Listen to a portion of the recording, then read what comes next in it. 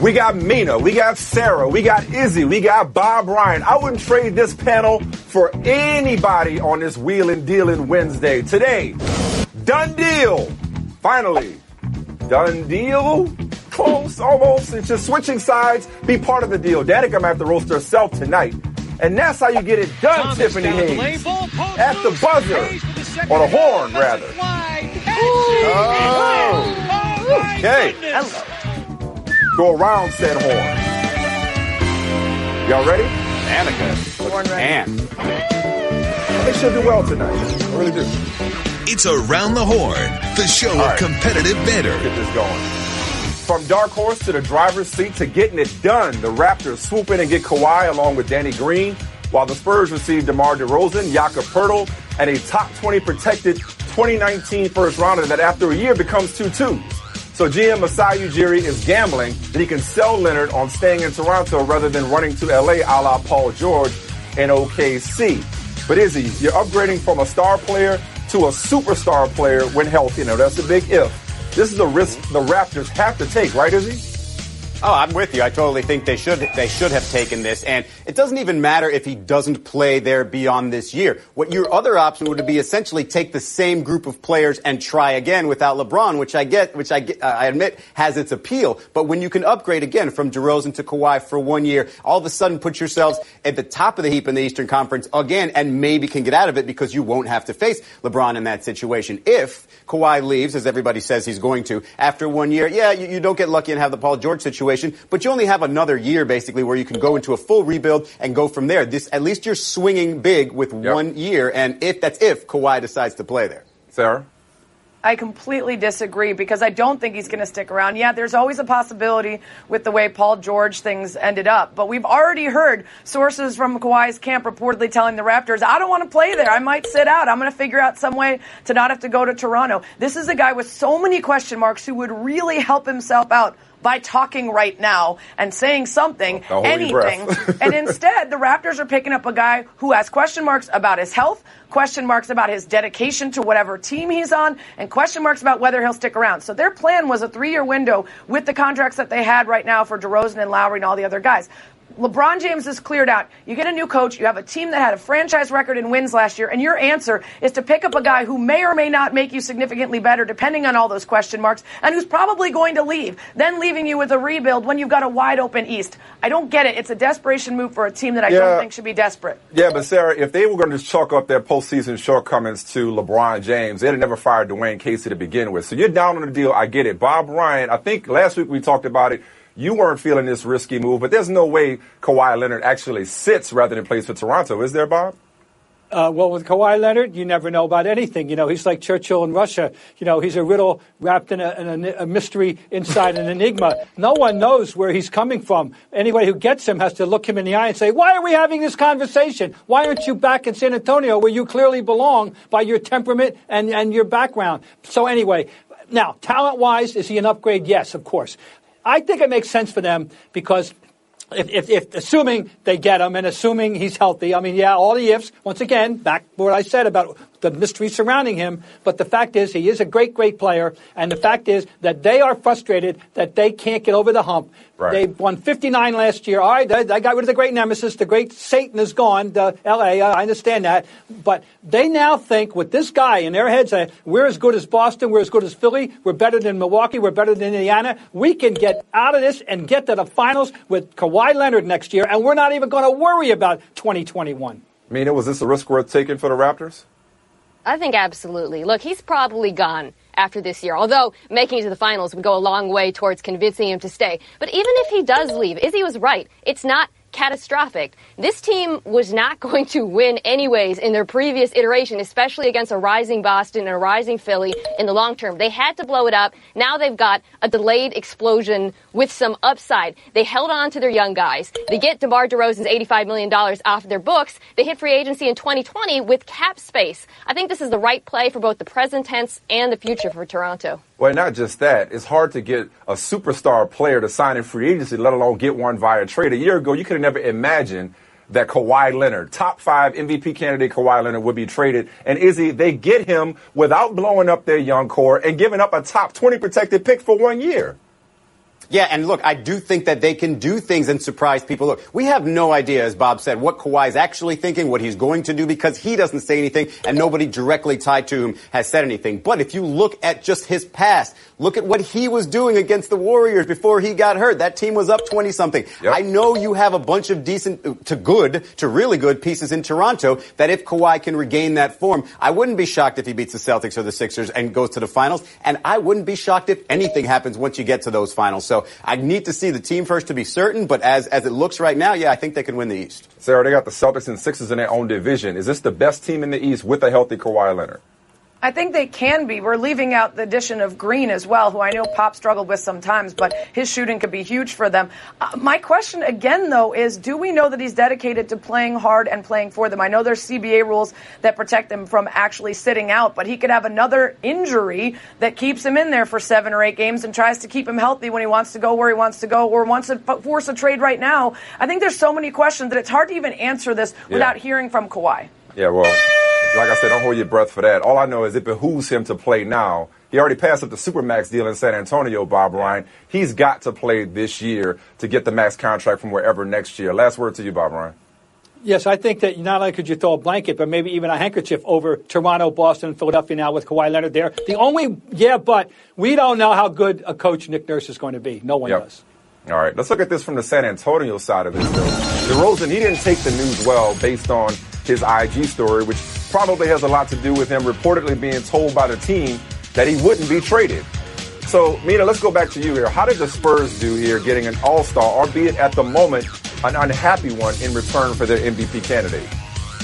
Not great. It feels like only yesterday we were talking about the Lakers and the Spurs demanding the Godfather package for Kawhi. This is more like the Godfather Part 3 package. It's not that great. I understand they didn't have a ton of, come on, it's true. You can't deny it. They didn't have a ton of leverage, right? Because everyone knew Kawhi's leaving. The health is an issue. They didn't want to get rid of him to the West. I get it. But the Spurs could have gotten so much more from Boston or Philadelphia, not just, players who could contribute in the present, but in the future. Could they have, It feels like just treading water.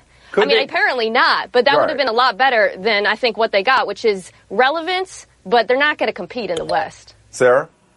Yeah, I think the timing is surprising because the Spurs were not in a rush, and they probably could have gotten more if they wanted to wait for the trade deadline, if they wanted to wait for something else. But at the same time, this Kawhi situation was weighing down on them, the integrity of their franchise, the way people saw them and their head coach, who up until then had been pretty spotless besides the Aldridge thing.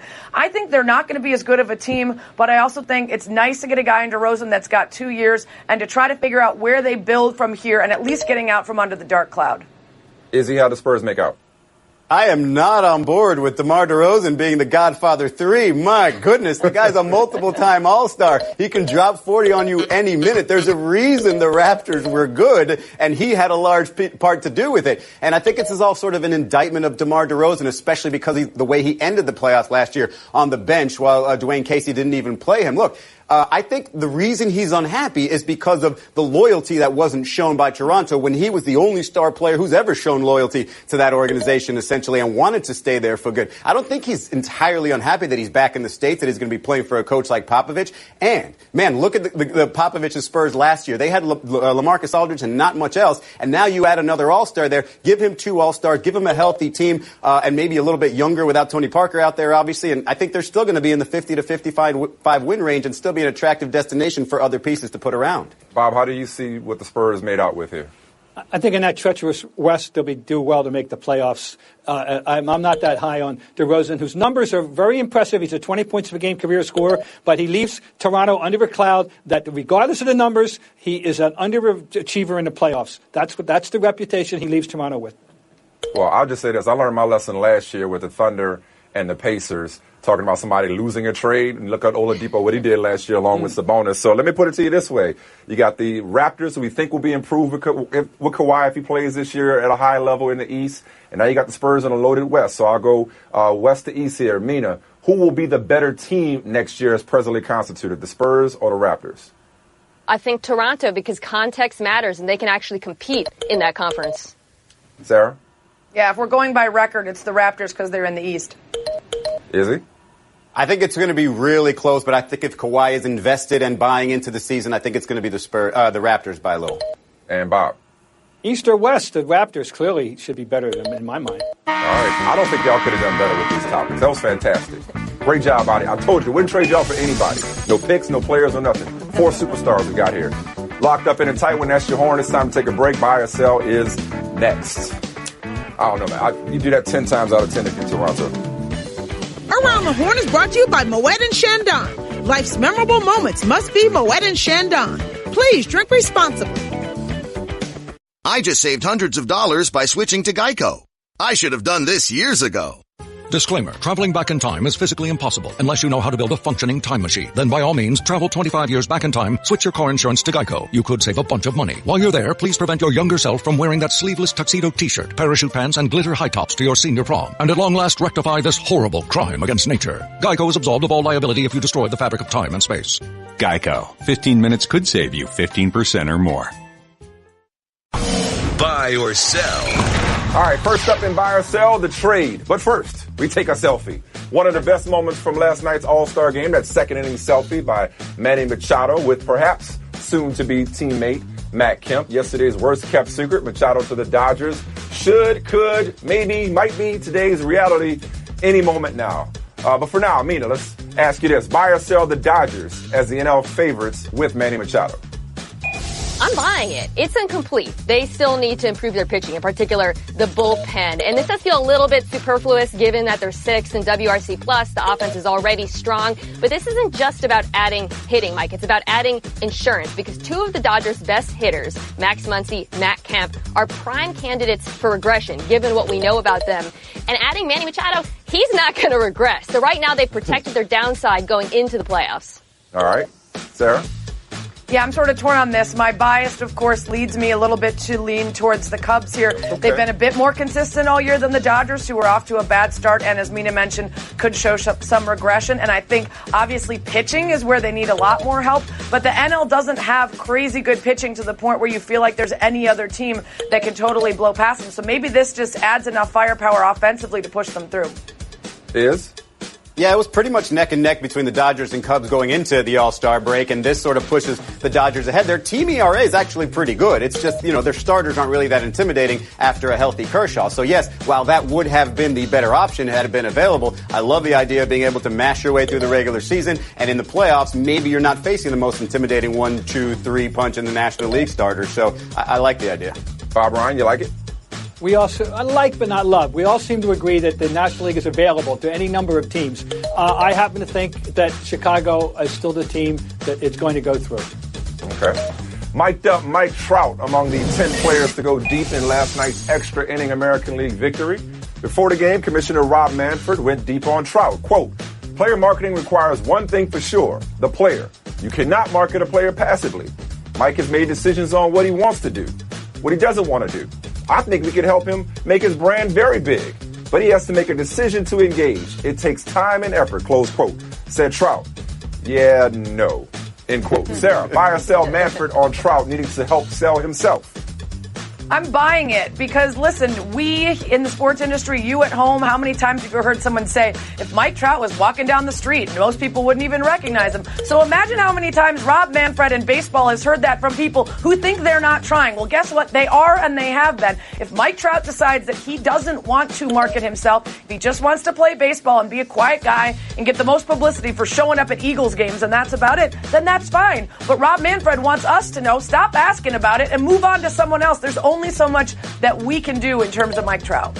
Extra point for going kind of sort of SpongeBob there for us, isn't it? Here's what all I need to know about Mike Trout is he's a yeah-no guy. That means I like him. But in terms of what Rob Manfred said, I just don't think he had to say it. Yes, he was asked about Mike Trout, and that was his answer, and his answer is true. Like, you need the players' help to market him, but I would sort of soften that in a way because it seems like you're kind of blaming, whether you are or not, it seems like you're kind of blaming Trout for some of baseball's issues because he's the biggest star and because he's not marketing himself. I get all that, but he could have softened it a little bit. It feels like you're taking a shot at that player.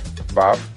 Yeah, but he was asked a direct question. I don't think he went out of his way to take a shot at Mike Trout. And everything he said is regrettably true. Baseball would love it if their best player were a bigger, brighter, flamboyant personality. But he's not.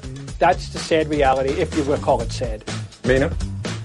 I'm buying the explanation. When I heard the quote, I was reminded of the story a few months back about Kawhi Leonard wanting a bigger shoe deal, and people said, well, you gotta talk, man, because stats alone don't equate to superstardom, right, in sports today. You have to have a story. But the thing with Mike Trout is, even if he was more flamboyant, even if he was funny, like Joel Embiid, there's a cap on him because baseball is not as much of a national sport as football and basketball, and that's just the way it is.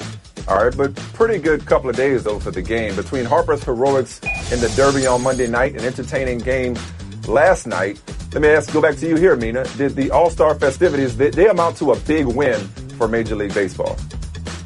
Yeah, I think so, especially Bryce Harper, who is, in my opinion, one of the closest things they've got to a star, a guy who is flamboyant, does put himself out there. To have that player win the Derby, absolute win.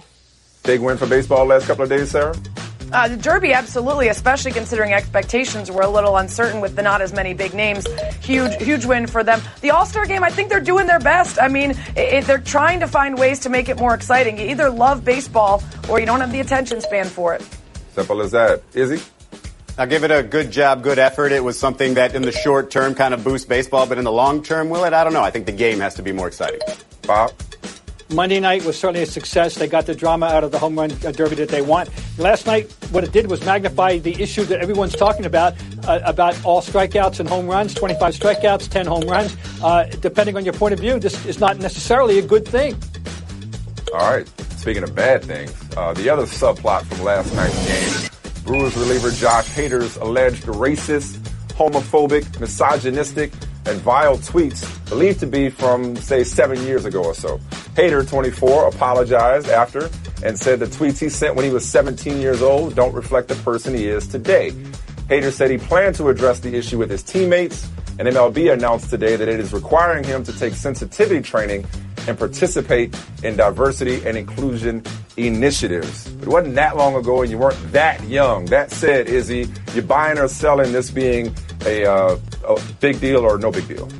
No, I'm buying it. I'm buying it the way it's been treated. Also, both with his apology and Major League Baseball forcing him to go into sensitivity issues. Look, it sounds like a young kid who was only saying dumb things because of the people around him let him say these dumb things other time, and he put it out on social media. Do I believe he's a different person now than before? Sure. I think we're all different from 17 as we grow, and maybe he's become more cultured, more worldly, and realized, man, I insulted a lot of people because, like he said, I hate gay people. He doesn't hate gay people. He doesn't know me. I guarantee you we'd get along. So I do think that the sensitivity training is something that needs to be done because if you've changed, that's fine. Yeah. Prove that you've changed. Show to other people that you've changed because we've seen what you used to be like. Exactly, Bob. I'd like to know how he's changed beyond just being smart enough not to tweet those same thoughts 7 years later.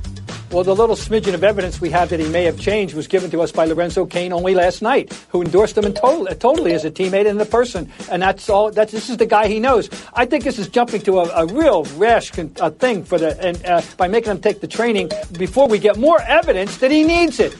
We don't have enough yet. And it wasn't just Lorenzo Cain. Jesus Aguilar also had kind things to say about Hader's character. Mina. Oh, I think the training is a fair reaction because, the MLB needs to do something. But I'd like to hear more from Josh Hader because I understand you were young. You're different now. But why did you evolve? Tell us exactly what changed your mind and, what led you to, evolve your views as a person. That would be a better lesson, I think, for kids than simply hearing, I was a teenager and I said some dumb stuff on social media. Again, 17 isn't that young, Sarah. True. Yeah, I agree with Mina because the point is not if you're 17, you're allowed to say those things. Those things are wrong. And I agree with Izzy. Maybe the people surrounding him, the place he grew up was very sheltered. Maybe there wasn't a lot of diversity. But if that's the case and he has since changed, then like Mina said, I want to hear more about that. Bob, I disagree. I think you can't hurt to have diversity training. And if you want to say that someone shouldn't be held accountable for something from 7 years ago, then you need proof that he is not that person anymore because the damage that it does to him, his team, the league, etc. can be big. And there's a whole can of worms here on us asking for more social media presence from these guys, not understanding that there are some big risks that go along with it too. And that smacked him right in the face right in the middle of that game last night. I would really love to hear more from Sarah and Bob Ryan, but unfortunately that's not how the show works. We got to get rid of two. Good job. Good effort. Mina, Izzy. See y'all in a minute in Showdown. Everybody loves Izzy. Wild day in the WNBA yesterday. The Dallas Wings' Liz Cambage dropped a league record 53 points on the Liberty, outscoring New York's entire starting five. Then later, the Atlanta Dream's Tiffany Hayes, first with the steal, then she sinks a 46.7-foot buzzer beater in Connecticut. That's the longest shot in WNBA regular season history. Bigger eye catcher, more impressive to you, Mina, 53 or the Darnell 50-foot buzzer beater?